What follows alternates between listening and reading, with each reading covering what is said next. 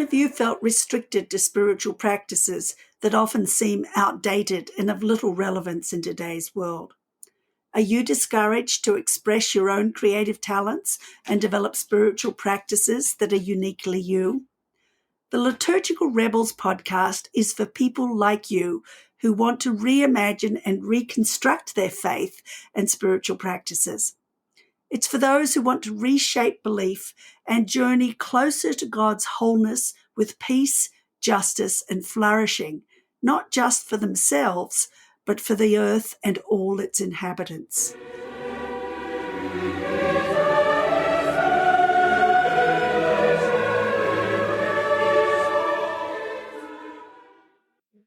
Welcome to the second season of the Liturgical Rebels podcast. I hope you had a wonderful Christmas season and a new year and are now refreshed and ready to tackle some challenging questions about what it means to be a Jesus follower in today's world. My name is Sine. In this inaugural episode for 2025, my guest is Reverend Danae Ashley, an Episcopal priest and licensed marriage and family therapist. Danae has ministered in parishes in North Carolina, New York, Minnesota, and the Seattle area, and is currently a psychotherapist at Soul Spa Seattle. Danae uses art, music, drama, poetry, and movement in counseling, spiritual direction, and creation of ritual. Her latest adventure has been on pilgrimage with St. Hildegard von Bingen, and she is working on a forthcoming book about Hildegard. Her favorite pastimes include reading, traveling with her husband, making sure their rescue dog Cooper is living his best life, dancing with wild abandon to Celtic music, and serious karaoke.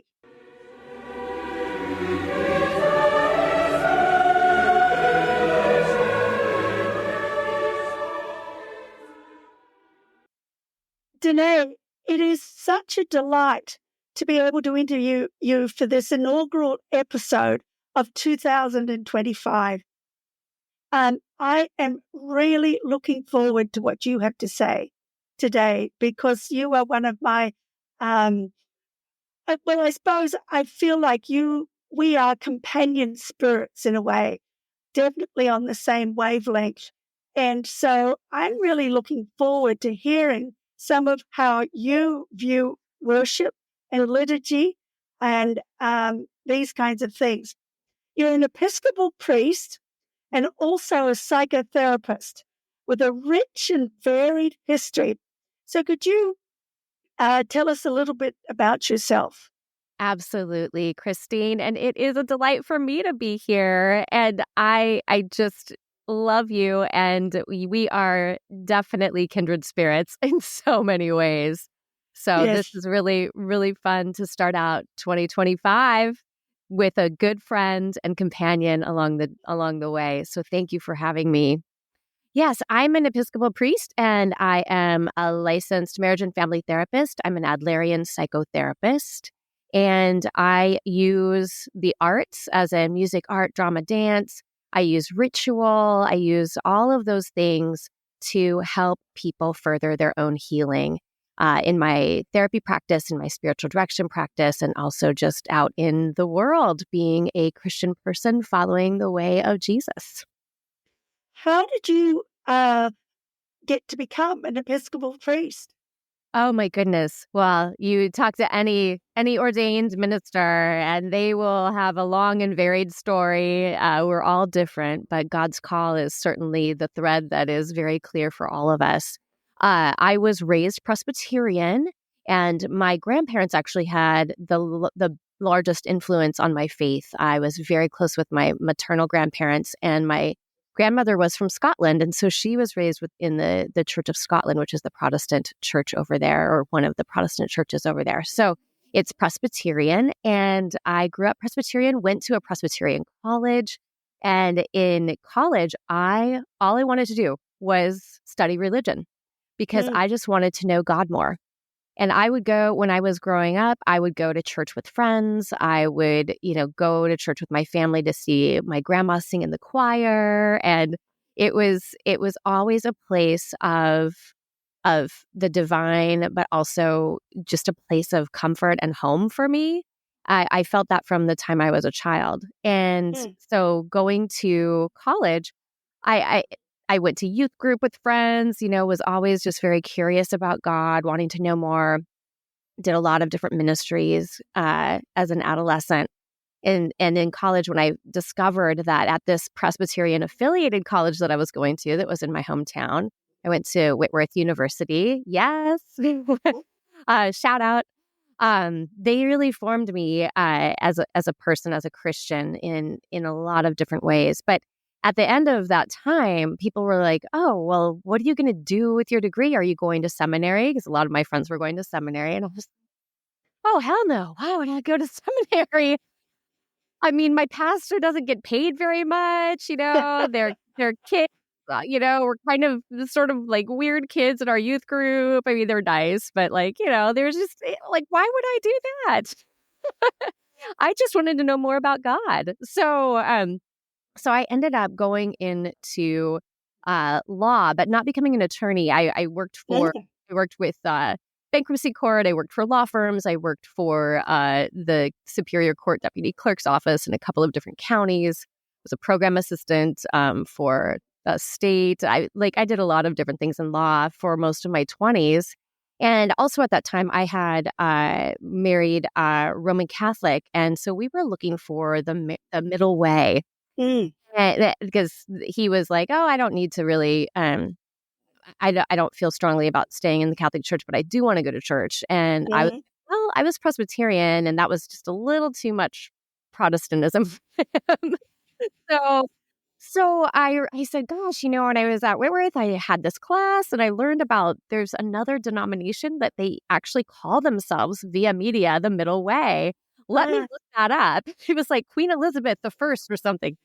So I literally looked at my books from school and was like, oh, it's called the Episcopal Church in the United States of America. Okay. So we tried that out and I fell in love with the Episcopal prayer book and the poetry within that and the way that the liturgy held the dignity and also the mystery of God. That was really important to me. And so I became Episcopalian in the year 2000. I was 23 and then went on this kind of journey of faith. And when I was in, I was in my late 20s. We had moved kind of all around for my then husband's job, and we ended up in the Tri-Cities of Washington State in Kennewick. And the priest there had lunch with me, and he said, have you ever thought about ordained ministry? And I was like, I had this mystical experience. It was like the world had been slightly off kilter, and then it righted itself. And I felt a deep joy welling in my belly, and like tears sprang to my eyes. And it was like this huge cosmic duh. And I said, well, I did major in religion in undergrad. Maybe. I said, but I don't really want to go back to school. Like I was in my mid-20s. I was like, paying off student loans, all those things. But he encouraged me to go and read the different ordination vows for becoming a deacon in the Episcopal Church and becoming a priest. So I was like, oh, sure, I'll do that. And I had a very close friend who is my Anam Cara, my soul friend. She was going through the process. She started becoming a Presbyterian pastor. We both met at Whitworth. And then she discovered the wonders of the Episcopal Church before I did. And she was becoming an Episcopal priest. And so I talked it over with her and then read these things. And I came back to the priest. I said, oh, yes, I can see myself as a deacon. I could be a bridge between the community and like the outer community and the church and bring the needs of people back into the church. You bet. And he just looked at me and he goes, I want you to go back and read the ordination for the priesthood again and just pray about that. And take a look at your spiritual gifts and let's talk some more. So So that was the beginning of that, and then we eventually moved back to Spokane. I'm originally from Spokane, Washington, and we moved back to Spokane, and that's where at my home church, where we had first started going and had become Episcopalian. My home church, my priest there became my mentor, and blessed memory of the Reverend John Shepherd, who I miss every day. And every time someone sees me at the altar, his legacy of the way he celebrated lives on in me, which is really, really important to me. But he really took me under his wing and helped me through the ordination process in the Diocese of Spokane. And what was very interesting, at least for my journey, growing up Presbyterian, I ended up going to Gonzaga University for the first part of my Master of Divinity. And Gonzaga, for those of you that don't know, they are a Jesuit school. And so that's a Roman Catholic order. And the Jesuits are known for being more progressive and very have varied things that they do in the world. You know, they're teaching, they're being scientists, they're doing all sorts of really interesting things. And they had an MDiv program that was ecumenical, which was amazing. And so what I discovered when I went there is the rich history of the Roman Catholic tradition as it pertains to the mystics and the saints, which is something that in the Reformed tradition we're not as focused on. Yes. And I realized in understanding the mystics that these were my people. And I was like, oh, this is how I pray.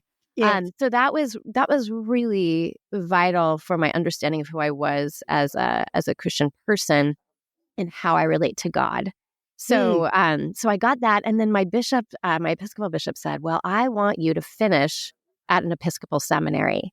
And so in my discernment at that point, I had gotten divorced, and I had this amazing dog who was like my soul dog. Her name was Alvie Ann. And I needed to go to a place that would allow me to have her, and not very many places would allow you to have pets. And so I ended up going to the School of Theology at the University of the South in Sewanee, Tennessee, which if you've never been there, it is a little English village plopped on top of a Tennessee mountain. It's just so quaint. A murder mystery could be had there. What a contrast I know. to where you'd been. Right, exactly. So it was in the middle of nowhere. But what I had discerned as part of my ordination process was that I really needed to, if God was calling me to be out in the world, I needed to have an ingathering and a healing of myself from the divorce, from that relationship, because it had been sadly emotionally and verbally abusive. And so I had to heal from that and move forward. And that was the perfect place because I was surrounded by forest. I would open the door and it would be like, hello, God. And Alvie and I would hike every day. And so it was a very nurturing, it was a smaller community, very nurturing place. So I transferred in there and, made lifelong friends. And really, Sewanee, for me, the formation of myself as a priest, they took pride in forming really good parish priests, and I believe that they do that, and they have done that for me, and they continue to do that. And so I really, really just dug into that life, and for me as a convert to the Episcopal Church, I was like more excited about it than anyone because I was learning all these things. And I was thinking, well, why isn't everyone going to seminary? Because this is fascinating. We all need to know that. And so that piece of joy, I think, continues on in the way that I do ministry and the way that we're going to talk about ministry and about liturgy.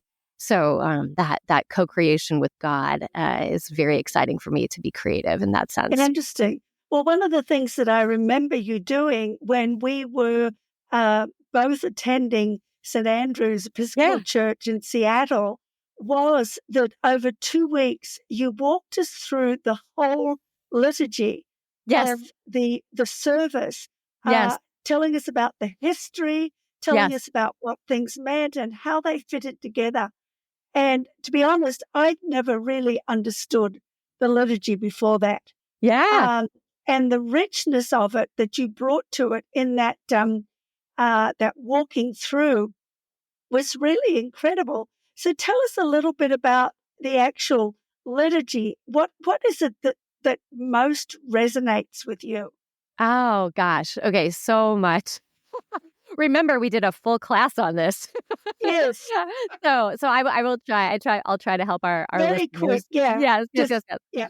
So so liturgy, the word liturgy, or liturgy itself derives from the Greek word liturgia, and that means public works done at private expense. So if you Mm. think about that, like what are we doing? What are we doing here as we do liturgy? So it's looking at when we have a church liturgy. I think what resonates with me is that for me, it's one of the most powerful ways of shaping a person Mm. in their faith, and just your personhood in general. Because liturgy can be, it can be outside of the church, but we're talking about how it is inside the church, and it's all of the signs and the symbols within the ritual. Mm. And an interesting note just about the Episcopal Church in the 1979 Book of Common Prayer, which is our we have some supplements, but that's the most like recent revision. Margaret Mead, the anthropologist, was an advisor for the revision. And Oh. I think it's Mm-hmm. fascinating for liturgy to be understood as anthropological, because we're using anthropologically, people need to find ways to shape meaning in their lives, to make meaning of things that are happening, and to have containers in order to mediate big processes. I mean, if you think about, let's say, marriage, a wedding or a funeral, like these thresholds of life, how do we hold that? Mm. Liturgy is what can hold that. That can be the container of it. And so within liturgy, there's signs that convey information, right? So if you think about a stop sign, that just, the shape of it, the color, what it says, it conveys information. So it's a sign. There's different signs in churches or other faith communities, no matter if you're in a Christian community or not. There's signs that convey information about what's going on. There's also symbols, which is a sign that participates in the reality that it represents. So a symbol works on you at like a visceral level. Mm-hmm. Like a flag, like the American flag, an image of a saint, statues, etc. Those kinds of things. So we have signs, we have symbols within liturgy, and then we have ritual, which sign and symbol, of course, are part of the ritual. Symbolic actions. That's what ritual is. For example, if you get Episcopalians together and you use symbolic language, you say, "The Lord be with you." Immediately, people will drop what they're doing and say, "And also with you." It's Yes. a little quiet down things if you need it. But we use those symbolic actions as gestures and movements, and we can get, we have the various responses as we use them throughout our different groupings. And ritual also patterns. People know what is supposed to happen next. And rituals are part of culture. Cultures tend to have a common agreement on what a ritual is supposed to be. So if you think about a ritual within the Episcopal Church, we have some rules that we know, that are unspoken as well as spoken. But if you're in a Baptist church, it's very different. Or if you a Muslim service or a Jewish service, very different, patterns, but people know those rules and they know what's supposed to happen next. And so they develop their own cultures. And it's a glue, it's a social bond. It links us to the past. Like, I love this idea in the Episcopal Church and other Christian traditions and other faiths of the communion of saints, the people who are of the past, the present, and the future, all united in the Spirit. So it's this social bond that connects us to the ancient traditions and the future. And also, rituals help us deal with what cannot be easily verbalized. Like I said, they are containers.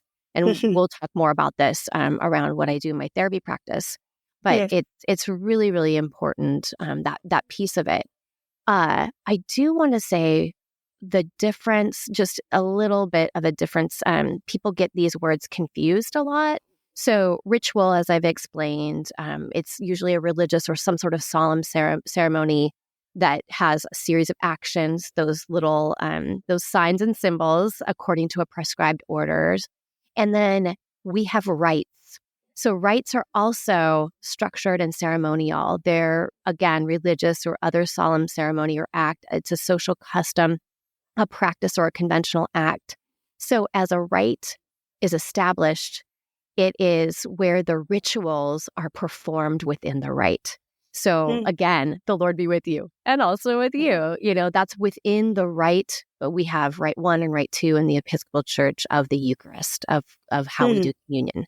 But then this is also gets confusing for people around routine.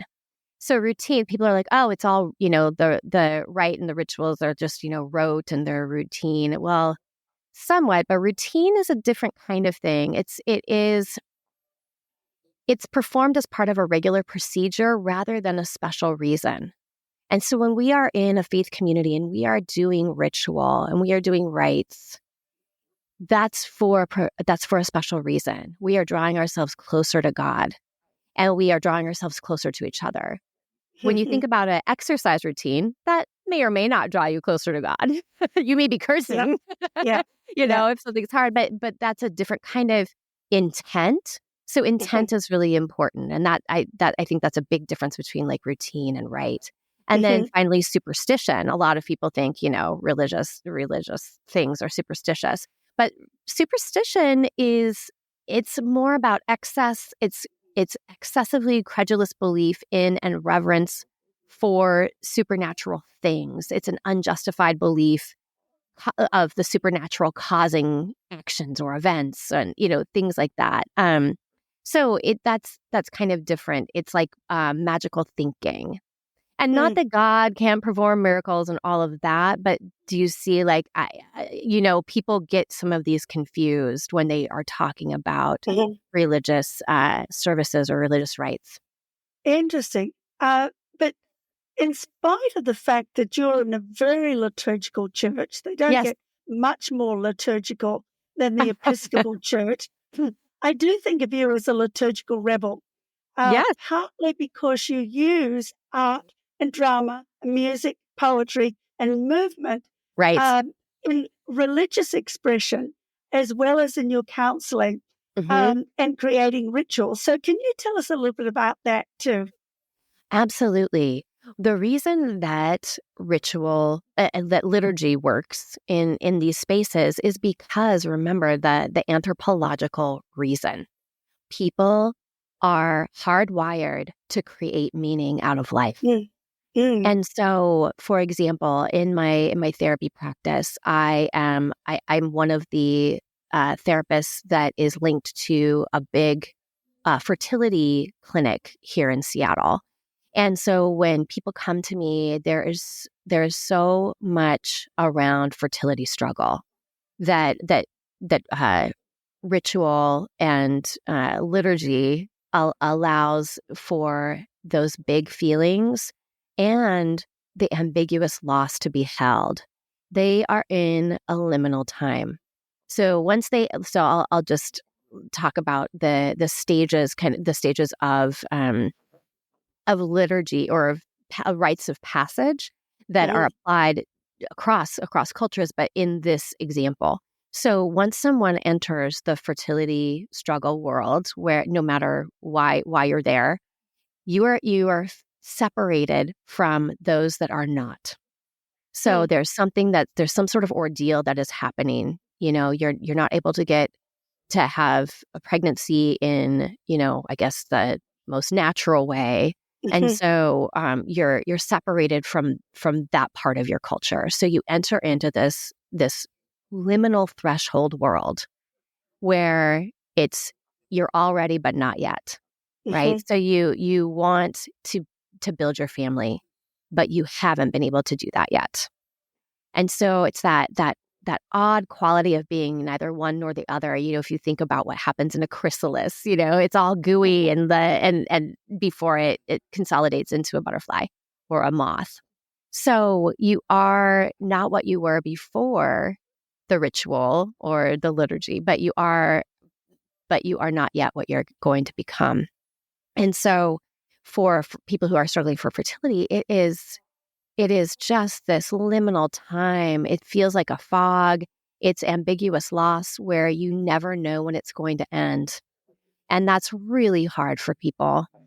And then the third stage is incorporation. Like when you come out of that, no matter how it happens for you, whether it's you actually have the baby in the way that you wanted to, or you decide to do adoption, or you decide, you know what, I'm going to be creative in multiple other ways and be an auntie to, multitudes of children. So it's where in the therapy practice, I use liturgy as the place to help contain that threshold of liminality, that ambiguous loss piece where you don't know where you're going, you're in a fog. And so it helps us anchor into places that we feel lost. And so lighting a candle, naming the names of your babies that you've lost or miscarried, I do flying wish paper for folks who have lost a child, especially when they're about to finally have a baby and they've already had previous losses. I have them write a letter to that child that was not to be in this world.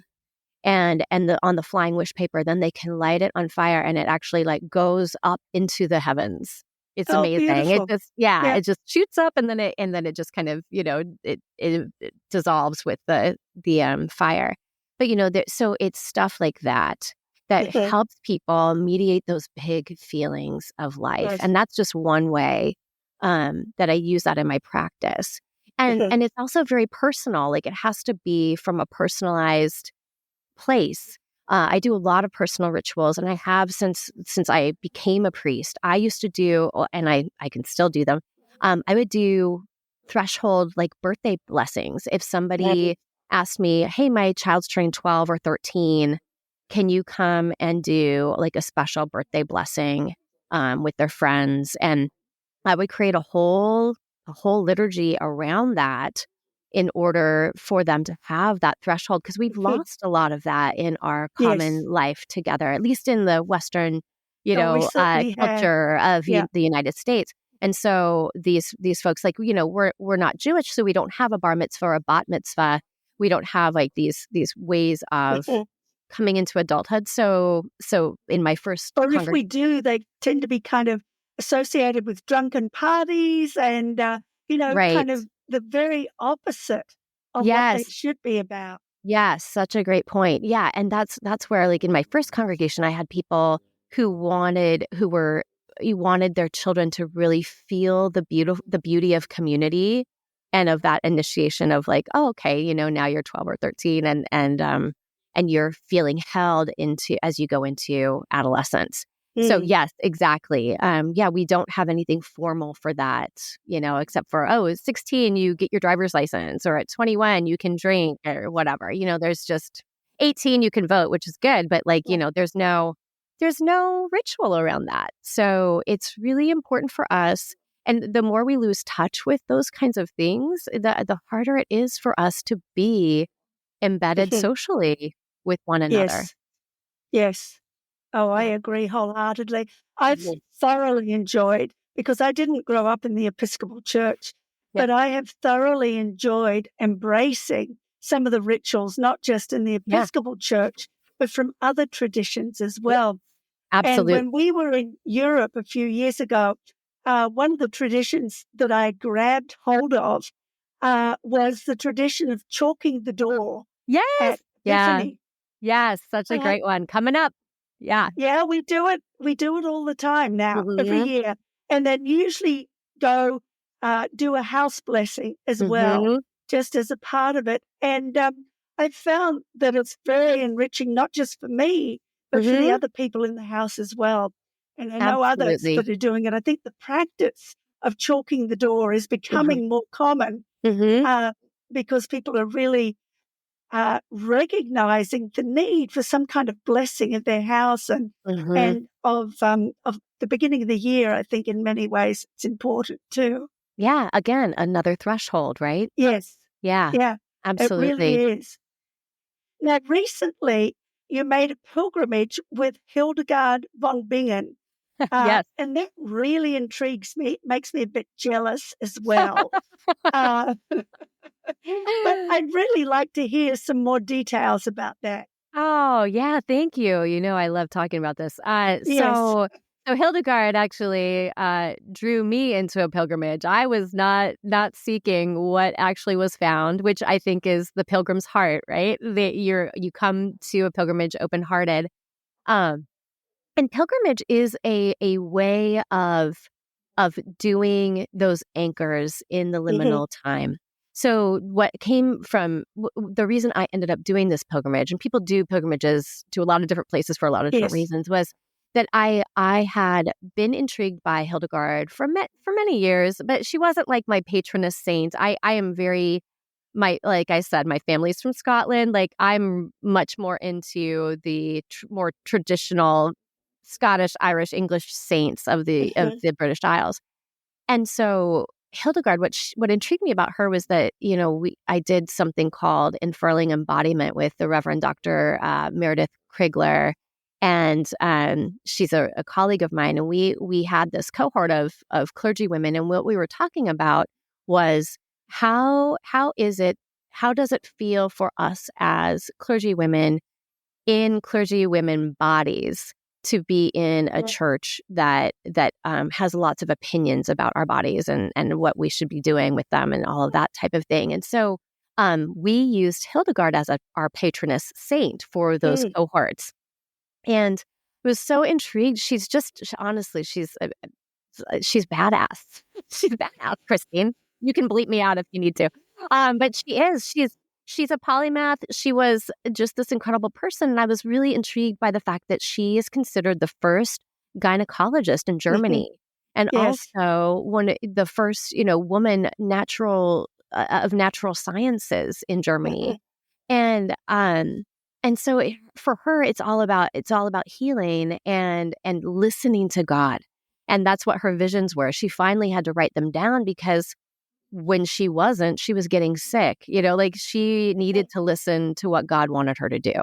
So last year I ended up, unfortunately with coming out of the pandemic, churches being what they are, there's a lot of fear out there in church congregations. There certainly is. Yes. And so there was a lot of anxiety in my congregation. I had been there for almost 5 years, just a few months shy. And they ended up balancing their budget by eliminating my position. And it was deeply painful for me because I loved them so much. And I was up for a sabbatical, and I was planning on, at least for part of it, I wanted to go to where I discovered that, wow, there's a Hildegard Abbey still in Germany. And so they come, these nuns still have her tradition. And so I was like, I wanted that to be part of it. And I wanted to really just explore healing with gardening. Like that's one of the things that you and I have in common. Yes. The viriditas, like she always talked about viriditas, the greening and growing of one's spirit and body. It wasn't just spiritual, but it was your body too. How do you use your viriditas, your life force, in healing? So I was really intrigued by that, and I was going to do that for my sabbatical. Well, ended up having to leave that church, but I still felt called to at least do that part of it, to go to Hildegard's land, and discovered. I will make a very long story short. I went in May of 2023. A friend of mine who speaks fluent German and is also a priest, she discovered, she was helping me a little bit and trying to get things set up. She discovered that there was a Hildegard of Bingen pilgrimage way that was fairly new. Oh, really? Yes. And she said, Danae, there's a guidebook and they translated it into English of all things. And I said, oh my gosh. Okay. So got the guidebook. And I got my tickets and decided to go. And I had I didn't realize was that just because of the job loss and insurance and severance and all of that stuff, I needed to have surgery on my foot before I lost my church insurance. And so ended up getting the surgery and then 6 weeks later going on this pilgrimage that you're supposed to walk. Okay. Yeah. So I was like, well, that's probably not going to work. So I ended up getting a car, but it was okay because in this pilgrimage, the woman who wrote the guidebook, she's amazing. Her name is Dr. Annetta Esser. I reached out to her and I said, hey, I'm an Episcopal priest. I'm a psychotherapist, really interested in Veritas, Hildegard. Would it be possible to meet you? Because I just, this is amazing what you've done, and you got it translated into English, this guidebook, like, wow, So she was very, very kind and generous. And she said, yes, let's meet. I said, I'll take you out for tea or a meal or whatever. So toward the end of my travels on the pilgrimage, I met her in Bingen. And we had this wonderful tea, and she was so creative. And she's the director of the Scivias Institute in Germany, and it's just this. It's a center of Hildegard studies, but really focused on creativity and the arts in Hildegard's work. So they have an international conference every other year. So she was telling me about that, and we just really hit it off. It was lovely. And then she invited me to go and see the town where they were going to have the next conference in 2024. And we did that, and we had dinner, and it was like, oh, this is going to be amazing. And she said, yeah, well, the focus in 2024 is on Hildegard's health and wellness. And then she said to me, and I strongly encourage you to consider coming and doing a presentation on Hildegard and psychotherapy for that conference. And I said, are you talking to me? Like, is there someone behind me? I said, well, yes, I'm passionate about this now, but I haven't done any research. The very brief Google search I did just around, there's a lot around Hildegard's medicine and health, like her herbal remedies and what she ate and like all of that kind of stuff. But there wasn't really anything on like, oh, how did she treat what they would consider madness or consider, what we would consider now like depression, like melancholia, like how did she treat that? I didn't see like people doing that. There are several books by Jungian analysts who have done this incredible work on Hildegard and the archetypes within her visions and herself as an archetype. So that stuff's really cool. But I come from Alfred Adler theory, and Alfred Adler was a contemporary of Freud and of Carl Jung. So, but it's just a different lens. And so I said, yeah, but I haven't seen anything really about like just psychotherapy. And she said, I know, that's because it's your work to do. And Christine, it was like the Holy Spirit just spoke out of her mouth to me, and it changed the trajectory of my life. I now, I was in this liminal place, and suddenly I had a new purpose. I had another purpose, and I was opened to this global community of people who find Hildegard for, through a lot of different ways, but ultimately, come to experience the divine through her work. And so ended up, I did do a 90-minute presentation at the International Hildegard Conference this past September, and I'm looking forward to the next one in 2026. I'm writing a book about Hildegard and psychotherapy, and I'm certainly looking forward to seeing that book when it's done. Oh, me too. It should hopefully, all the prayers, fingers crossed, I should hopefully have enough time to get it done to be published by the end of 2025. So we will be you can have it for the next conference. Yes, absolutely. So we'll see what happens there. But it is, I have a publisher, and so we're doing it. So that was the main story. But the pilgrimage itself. So what Annetta did was really quite brilliant and just amazing. And also in the spirit of Hildegard, in the spirit of doing public work at private expense, let's just say, the liturgy.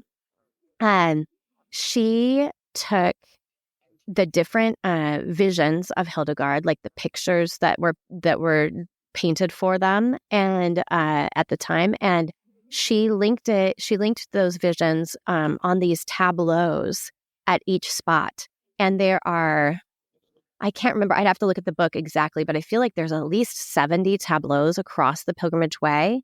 Wow. Yeah. And it's not like the Camino. It's I think they said it's 81 kilometers or something like that. So it's not really far, but it has these tableaus. And so what she did is she put the picture, a quote from Scivias or one of the other works that she's done. And then she would also have like a theological reflection, like a question on each tableau. And so it was really, I was by myself. I had a backpack that was, 14 inches tall. Like I was like totally on pilgrimage. I did, again, have a car, but I mean, I didn't bring anything with me. So it was like spiritual geocaching. It was like, okay, I have to figure out where's the next tableau. And so I would look at the guidebook, I would plan out my day. But Annetta did this brilliant thing. In doing the way that she did the path, it really helped me as someone who didn't know a ton about Hildegard, except for, the random things that I had learned over the years. It helped me understand who she was. I mean, her dates are 1098 to 1179. Oh, wow. I didn't realize she was that far back. Yeah. Yeah, she was A remarkable woman. Yeah, medieval. And the fact that she lived to be 81 years old, like that's, I guess almost 81, or 81. Yeah, I can't do math right now. But anyway, she was in those times. I mean, that's amazing that she lived that long. Boy, I'm going to have to do more reading about Hildegard von Bingen. I'm happy. I haven't really read anything at all about her. I had vaguely heard that she was really regarded as, kind of the first doctor in a way in Germany. But that was about all that I knew about her. Yeah. So it's fascinating to hear what you've been delving into and are going to continue to delve into. Yes. And I was thinking, boy, isn't it a good thing that God kind of forced you to change direction? Yes. Yes, there's this great quote from Hildegard in a story that she tells, and she says, I am a feather on the breath of God. And that's become my motto. And that's how I felt, during the pilgrimage as well. It really helped me understand her world and why she wrote the things that she did. In my book, I talk just very briefly about how everything she wrote was a love letter to the Rhine Valley. Because if she would have existed in, Norway, or if she would have existed in,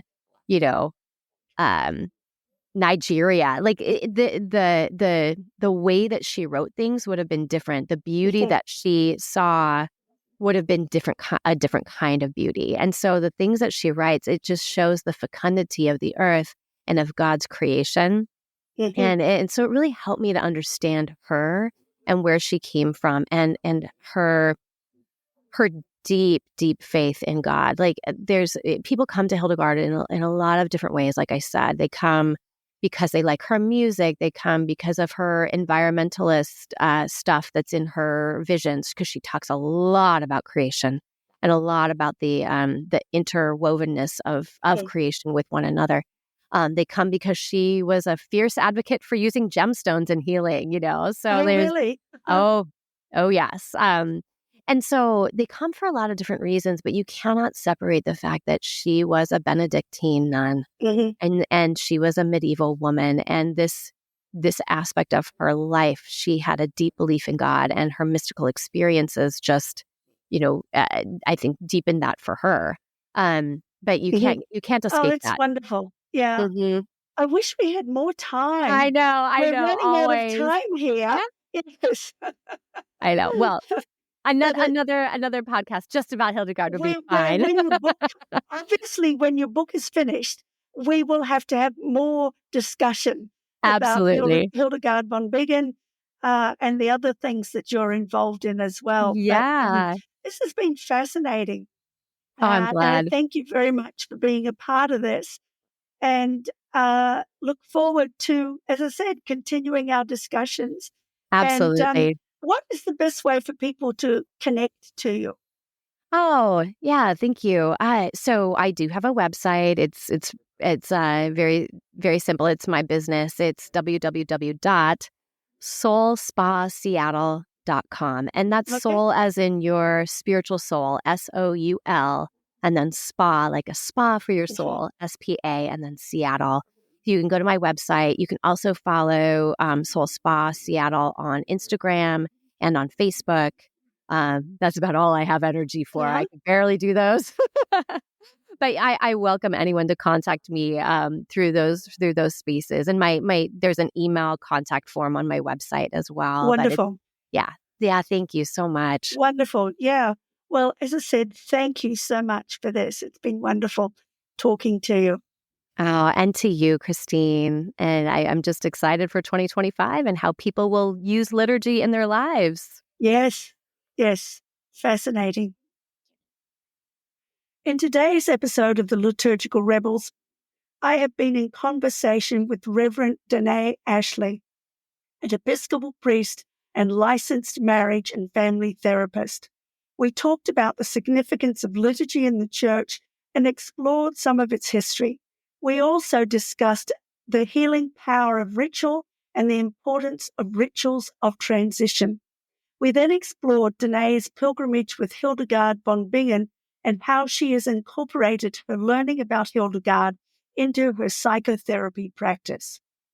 In the next episode, I will be in conversation with Reverend Dr. Randy Woodley, the co-founder with his wife Edith of Elohe Indigenous Center for Earth Justice and Elohe Farm and Seeds in Yamhill, Oregon. This is a regenerative teaching farm. He is a Cherokee descendant and distinguished professor of faith and culture emeritus at Portland Seminary. Randy has written 13 books, including Becoming Rooted and Journey to Elohe, which he co-authored with his wife, Edith. The Woodleys have been serving Indigenous peoples and others for over 4 decades. I am Christine Sine, the author of Celtic Advent, Following an Unfamiliar Path, and The Gift of Wonder. My other books include Digging Deeper, The Art of Contemplative Gardening, and To Garden with God. I also write regularly on Substack. If you enjoyed this episode, don't forget to hit like and subscribe to the podcast. Please also share it with your friends or join me on Substack, Instagram, or Facebook.